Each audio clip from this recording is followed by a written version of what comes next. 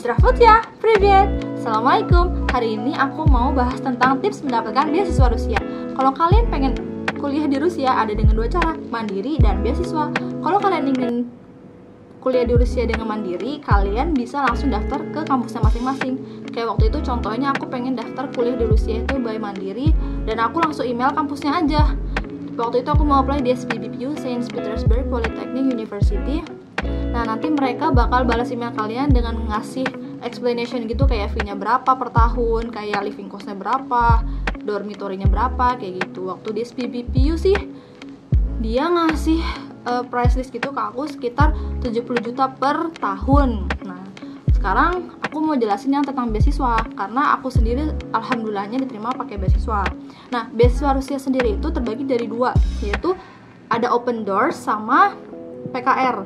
Nah, kalau Open Doors ini aku nggak tahu dia itu mengcovernya apa saja, tapi setahu aku beasiswa Open Doors sudah buka dan terakhir 10 Desember 2020.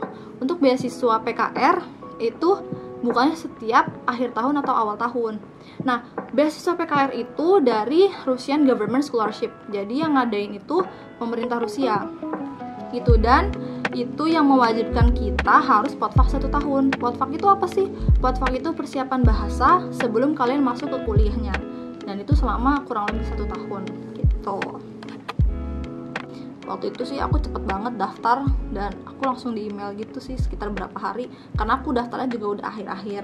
Nah, untuk dokumennya apa aja sih yang dibutuhin gitu kan? Nah, sebenarnya dokumen itu banyak banget yang dibutuhin buat diupload di websitenya Future Rusia. Tapi kalau untuk persiapan yang sekarang itu aku saranin itu untuk prepare untuk Motlet sama abstrak. Motlet itu motivation letter, abstrak itu apa sih namanya, kayak tesis nanti kalian ke depan tuh seperti apa. Nih, aku jelasin ya. Abstrak itu apa sih? Bisa dibilang study plan yang akan mungkin kita kerjakan. Istilah gampangnya gambaran skripsi atau tesis atau disertasi yang akan kita mau buat nanti ke depannya. Kayak contohnya aku kan apply S2 nih, aku otomatis nanti ke depannya aku bakal tesis kan. Jadi nanti itu tesis kalian ke depan itu mau seperti apa dan kalian tuangkan di dalam abstraknya. Dan jangan lupa dicantumin reference sama temanya, tema dari tesis kalian itu apa. Begitu pula dengan S1 dan S3. Untuk motivation letter, kenapa sih isinya nih ya? Kenapa pilih Rusia? Kenapa pilih jurusan tersebut? Dan mungkin universitasnya juga, kenapa kalian pilih universitas itu gitu. Kalian bisa tuangkan semuanya dalam motivation letter. Kayak ini tuh ngisi kalian tuh seperti apa gitu, biar yang nguji tuh nih orang yang gue cari nih, cocok nih buat jadi beasiswa gue, tapi jangan lebay, oke? Nah, dokumennya selain itu aku mau kasih tahu, yang pertama itu ada ijazah untuk S1, S2, S3. Tapi kalau misalnya untuk pendaftar S1, kalau kalian belum punya ijazah, kalian bisa pakai rapot semester 1 sampai semester 5. It's okay. Dan setahu aku kalau rata-rata itu sekitar 8,5 atau 8,0. Tapi kalau misalnya rata-rata kalian di bawah itu, it's okay. Kalau rezeki nggak akan kemana. Kalau misalnya nilai kalian kurang, tapi Allah memberi rezeki gitu kan, tiba-tiba turun dari langit, kalian lulus gitu, kayak ya nggak ada yang tahu gitu kan. Nothing is impossible. Yang kedua itu transkrip nilai. IPK minimal 3 untuk yang S2. Kalau untuk S1 yang tadi aku bilang nilainya harus 8,5, cuma kalau nggak 8,5 juga nggak masalah. Habis itu SKHUN untuk S1 dan akte kelahiran, medical check up, surat pernyataan dan pendanaan, motivation letter tadi, abstrak, sama khusus S3 itu kalian harus dapat surat acceptance letter dari kampus yang kalian tuju. Jadi kalian itu harus apply dulu ke kampusnya mungkin, dan kalian itu harus punya kalau surat keterangan kalau kalian itu udah diterima di kampus tersebut gitu. Dan jangan lupa sertakan sertifikat prestasi-prestasi kalian selama SMA, selama kuliah gitu, untuk S1, S2, S3. Kalau aku pribadi, aku nggak ngasih prestasi-prestasi gitu sih, cuman aku cantumin CV aku kemarin, karena di CV aku udah aku jelasin gitu sih prestasi aku apa aja. Aku pernah ambil volunteer, aku pernah jadi aku pernah student exchange, atau aku pernah competition, aku pernah ikut business plan competition, kayak gitu-gitu. Kalian masukin aja. Jadi aku cuma ngasih CV aku doang. Jadi kayak di CV aku sudah menjelaskan anything, oke? buat MCU, aku kasih tahu, MCU itu medical check up. Medical check up itu isinya ada standar, ada HIV, hepatitis, alergi, dan TBC. Aku saranin untuk MCU nanti aja pas akhir-akhir kalian itu mau mendekati penutupan beasiswa.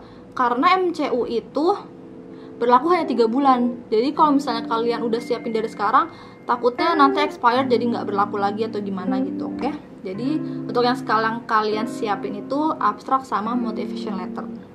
Itu yang utama, oke? Gimana sih cara bikinnya?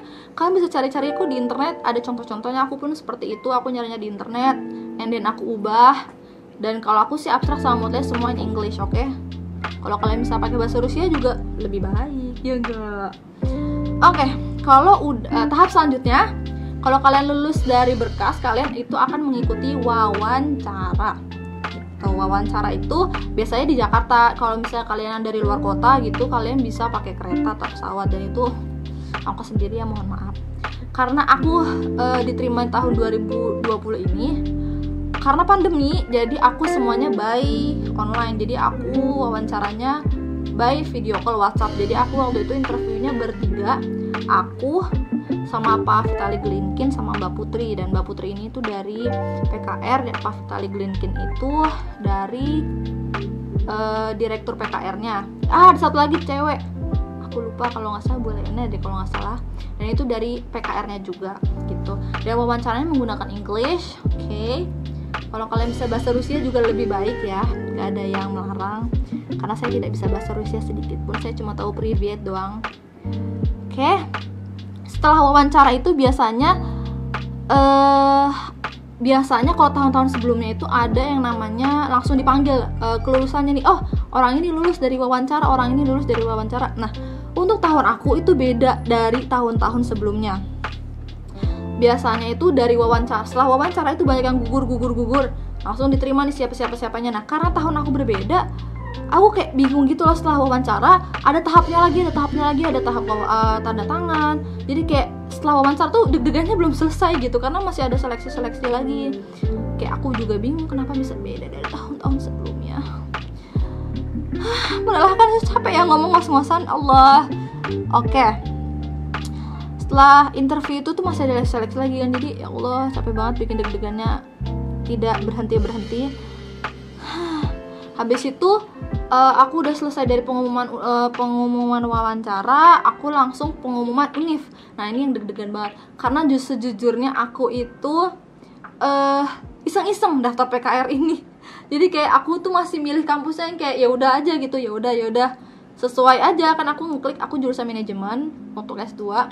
Ya udah, universitas yang pertama muncul di list future Rusia itu langsung aku apply kan, dan aku pilih nomor 1 itu Ural Federal University, dan yang kedua itu Saint Petersburg Polytechnic University.